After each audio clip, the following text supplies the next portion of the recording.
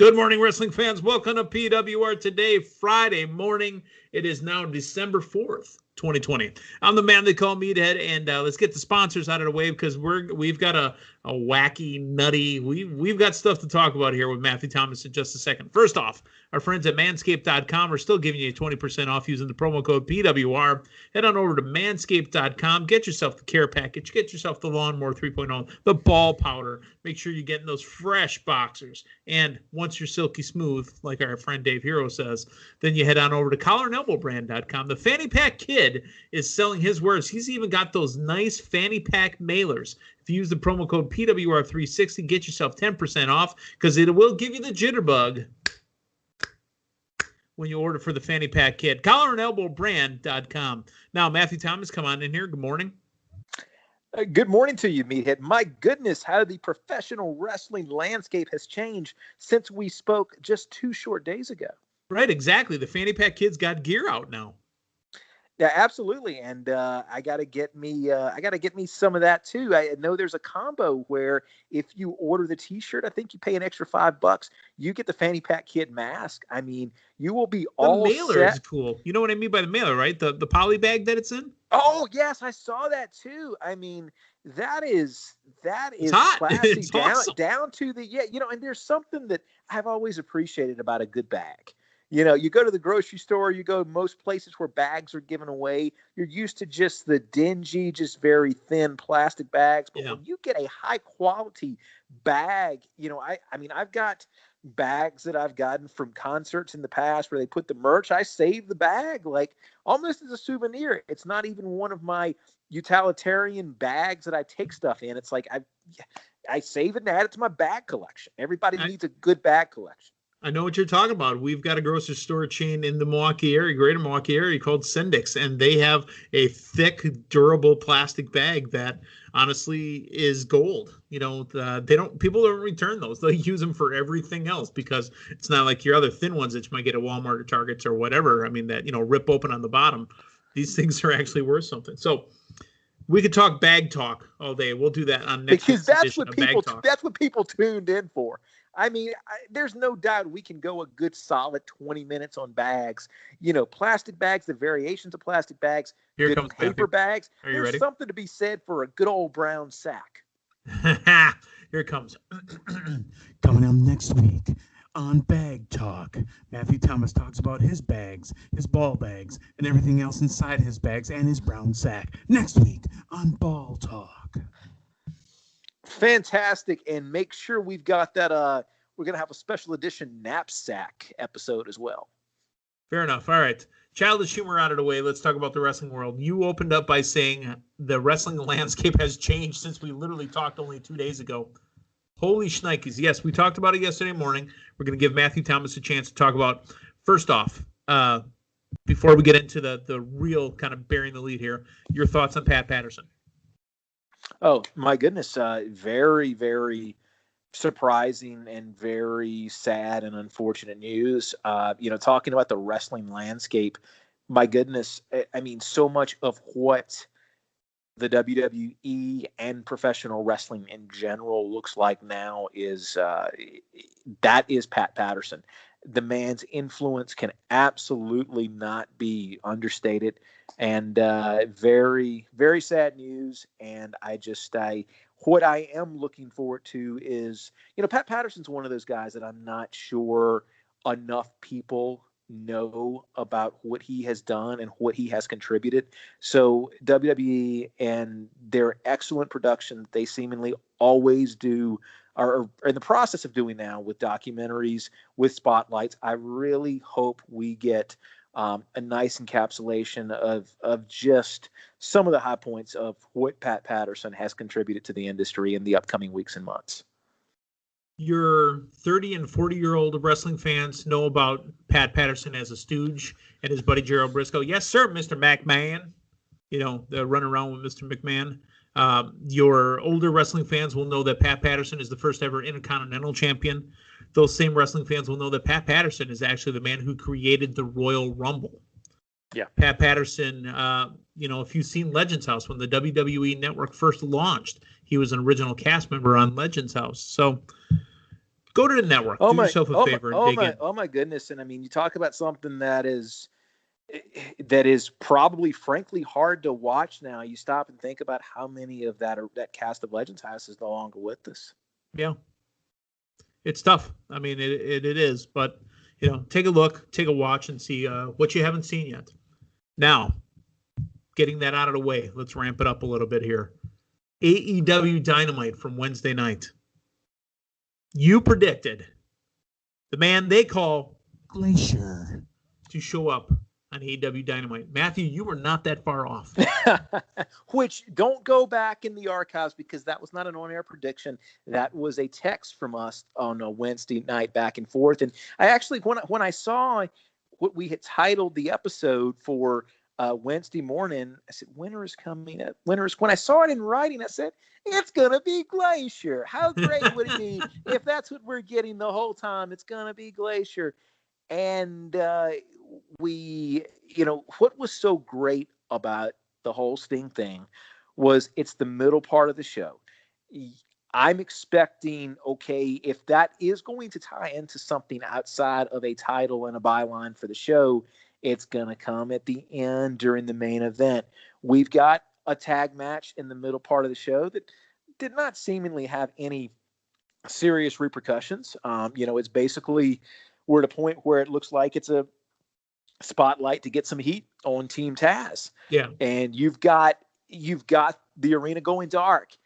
And my initial thought when I saw this was, okay, it kind of darkens when Cody gets ready to come in, but Cody's in the ring. That was the first thought. It's like, okay, that's not going to be Cody. And then we get the You said it wasn't going to be Katie Burchill either. Not Katie Burchill. Well, it was a possibility. But then we get the whole, winter and snow. I'm like, my goodness, did I just accidentally guess this correct? Is this going to be Glacier? And what they did so brilliantly, the timing here, you're not expecting a bombshell at this point in the show during this match. And even when it darkened, even when you got that vignette, there was nothing that immediately gave it away. You're still on the edge of your seat trying to figure out what's going on here. And even when you saw the reveal, and I'll have to go back and watch it, but it wasn't just the name Sting hitting you all at once. I can't remember if it scrolled right to left or if you gradually got the font. But even at that point, you were still digesting it as it was happening. And didn't believe it until I saw him walk on. And even at that point, I'm sitting here, just mouth wide open, just trying to take this in for the whole segment, because it was not the thought that Sting would appear in AEW.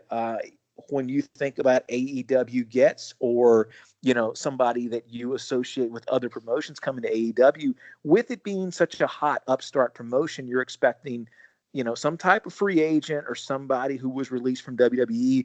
You're not thinking in the realm of Sting. And just what a truly great moment in professional wrestling, a truly great moment that was not speculated upon, did not get spoiled. Just one of those true, genuine surprises in the industry that's really hard to do in 2020, with the internet and with the industry, being like it is, with, all of the pro wrestling media that's out there, just all the given options people have to listen to pro wrestling talk, pro wrestling podcasts.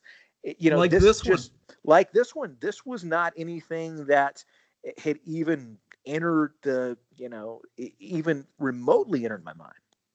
So let's be clear too here, folks. We're not geeking over the fact that we believe Sting is going to now have 5-star matches in AEW. That's not it.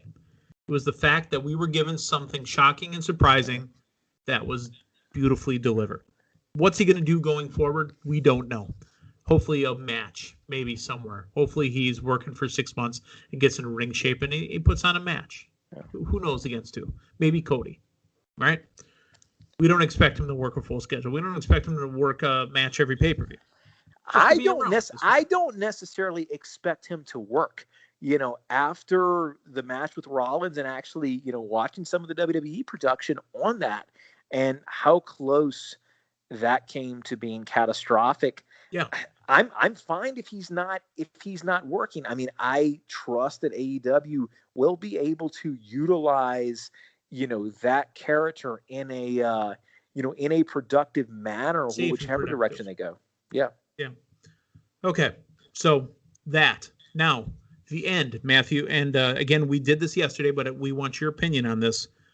Your winner and new AEW champion, the cleaner, Kenny Omega, due to interference from Impact Wrestling's executive, Don Callis. Don Callis and Kenny Omega run out of the building, caught on an interview right before they leave. You want to hear what's going to happen with the AEW title? Why don't you tune into Impact on Tuesday? Boom. And that dude, you know what? I've seen peel-offs before on TV that look safe and they don't want to. That dude peeled off. That was fantastic. He got out of there quick. He hauled ass. Yeah. And again, how hard it is to be truly surprised in this industry. Whereas Sting was the shock value, I think this angle very possibly could have much longer lasting ramifications. WWE is the conglomerate. WWE is the juggernaut, and WWE has not had serious competition in years. AEW with the product. Wait, the juggernaut, Vinnie Jones? Yeah, he's that's exactly. He went head to head against WWE a while back. Remember that? Actually, I think Vinnie Jones has wrestled before. I'm going to be completely honest. Somewhere in England, but I bet you he wrestled. Yeah. No, that sounds completely reasonable. The thing of it is, this, AEW has the product that's been going opposite WWE on TNT. This is felt as big league as any WWE competition has really since WCW. The fact now that there was that working relationship with the NWA, Callis was on there several times, but it was, and I went back and listened to the show from yesterday, Damian making the case. It was right in front of us the whole time. Yeah. And we glossed over it. We talked about it. It's like, okay, it's kind of strange that he's out there, but I guess they're on good terms. And I'm thinking, okay, you've got them using NWA talent. You've got Thunder Rosa. You've got the NWA women's title. Maybe they're going to try to do something to get their kind of, toes in the water. I think it was Impact. Matthew Thomas that said that. Yeah. Oh, I think I did. Yes, I think I did correctly predict that. No, you didn't correctly predict it. You said it's a good thing for them to be working together. Last night was the first night I got, when he came out there for the main event, and he might have been out there for Omega matches before. I can't quite remember how he was utilized, but it was so subtle and it was so nuanced that, he was out there, but it did not draw attention to that him being out there. It was just kind of an afterthought. Last night, it's like, okay, this is the main event. He's out here. You're really playing up his relationship with Omega. I haven't quite heard it mentioned that heavy-handed before, but we'll see what happens here. And then even when the title change happened and the interference happened, like, okay, where are they going with this? But the finish, directing you to the quote-unquote competition show is just something I've never personally seen since I've been watching professional wrestling. I mean, we had a little bit of the working relationship with ECW and WWF at the time, which was, that's basically when Vince was, using ECW as I don't want to say developmental, but there was a relationship there. Yes. And this is different. This is another well-known wrestling company as well known as it can be in the industry. It's not, your person on the street might not necessarily be that familiar with Impact, but in the professional wrestling industry, outside of AEW and WWE, Impact, formerly TNA Wrestling, that's the next big one.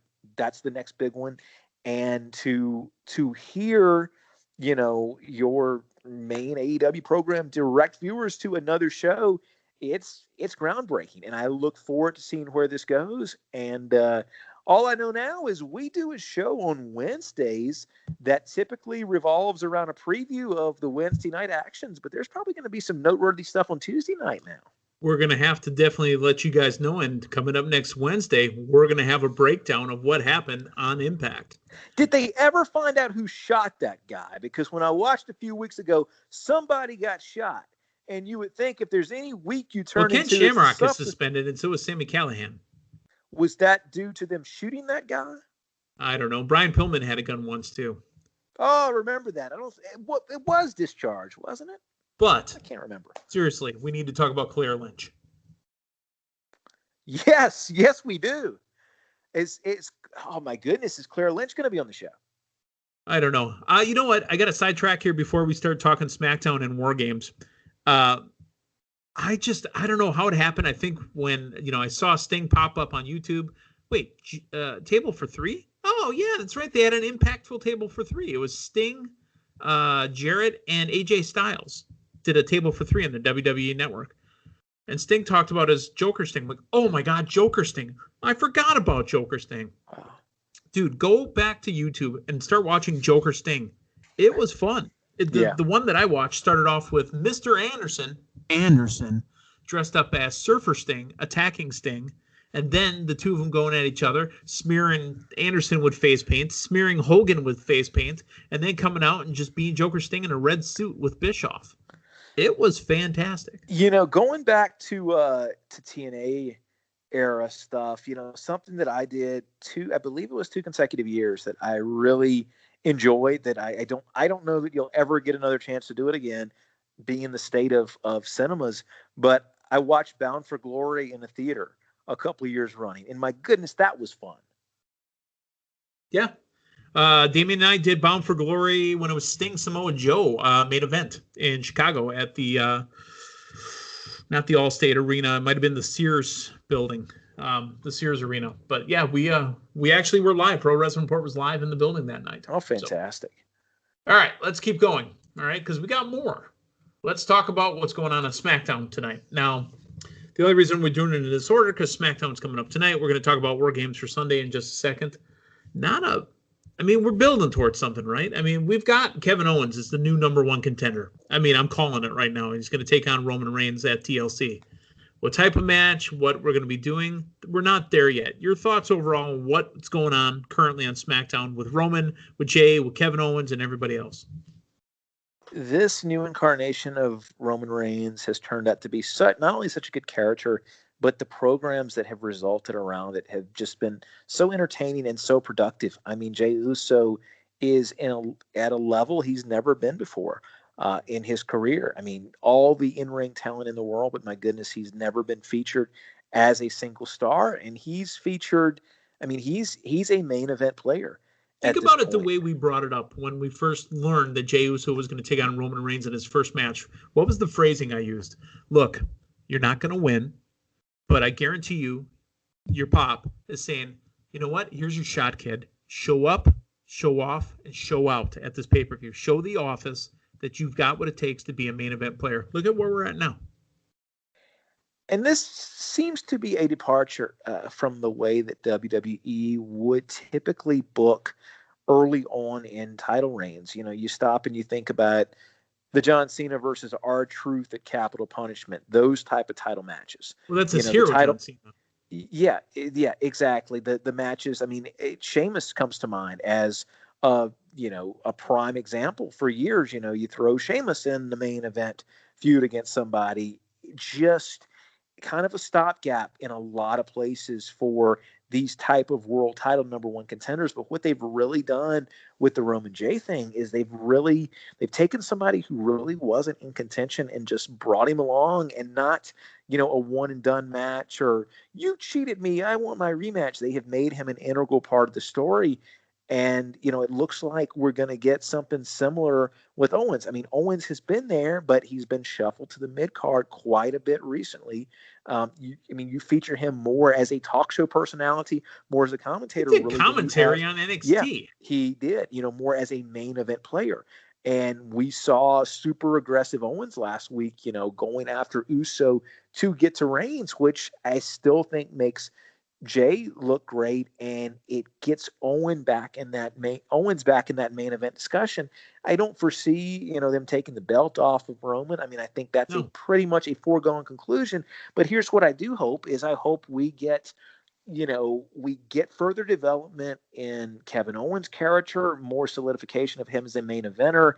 And it just keeps this whole story with Roman, Jay, and Paul Heyman moving along, and they're doing such a great job on SmackDown. You don't feel like you have these non-consequential main events just because it's too early for somebody to drop a title.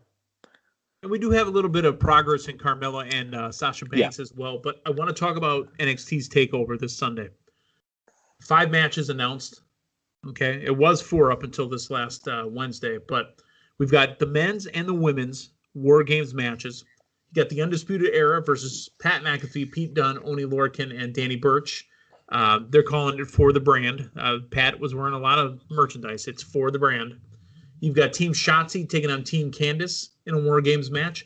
Team Shotzi now has its 5th member, and it's the women's champion, Io Shirai. You've got the NXT North American Championship match. It's a triple threat. Leon Ruff, Damian Priest, and Johnny Gargano. Now a specialty match with Dexter Lumis and Cameron Grimes and a strap match. And then just added this week, Tommaso Ciampa will take on Thatch Can, Timothy Thatcher. Your thoughts overall on War Games this Sunday? I don't think there's any way Ciampa and Thatcher is not match of the night.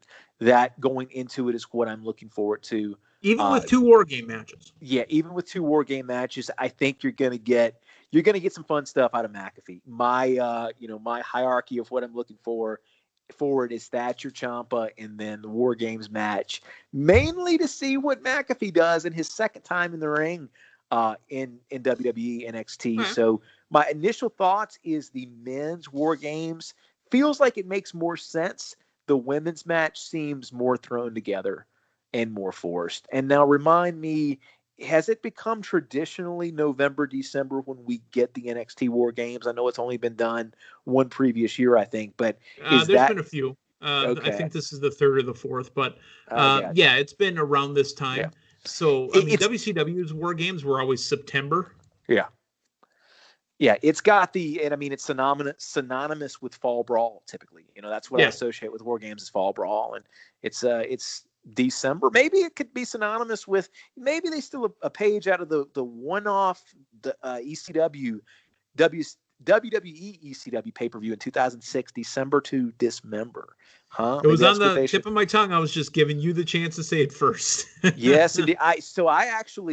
That was the pay-per-view where Lashley won the ECW title, and I think that was in an Elimination Chamber, to be honest with you. It was. And I saw Raw live at the North Charleston Coliseum the next night in Charleston. And yes, and I think at the time ECW was I think ECW was going live after SmackDowns. That's right, because SmackDowns would tape on Tuesdays, and ECW would go live on, was it Sci-Fi at the time or USA? Sci-Fi.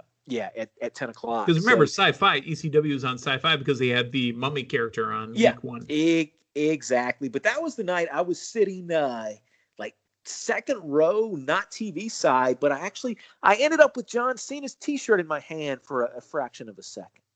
For a fraction of a second, then he said, "Sir, I cannot leave the building with that shirt on. Give me my damn clothes back." That's exactly. I'm just going to let that story end right there. One more piece before we go. War Games this Sunday, NXT TakeOver. There is talk.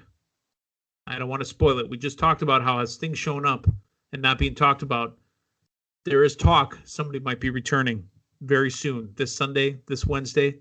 TikTok. Oh, the boogeyman, huh?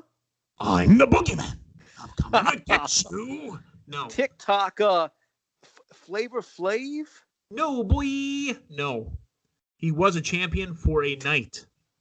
Oh, I know that guy. Yeah, I know that guy. Karrion Kross should be healed up and ready to go any day. It's time. So what is the status? I know we got him 2 weeks ago. What's the latest? What's the latest word on Balor? Balor? He should be able to compete anytime now. He was just on TV a couple of weeks ago. That's right, because that's what got us the return of the Undisputed Era, I believe. Yeah, exactly. He brought the Undisputed Era out. So Karrion Kross is coming back.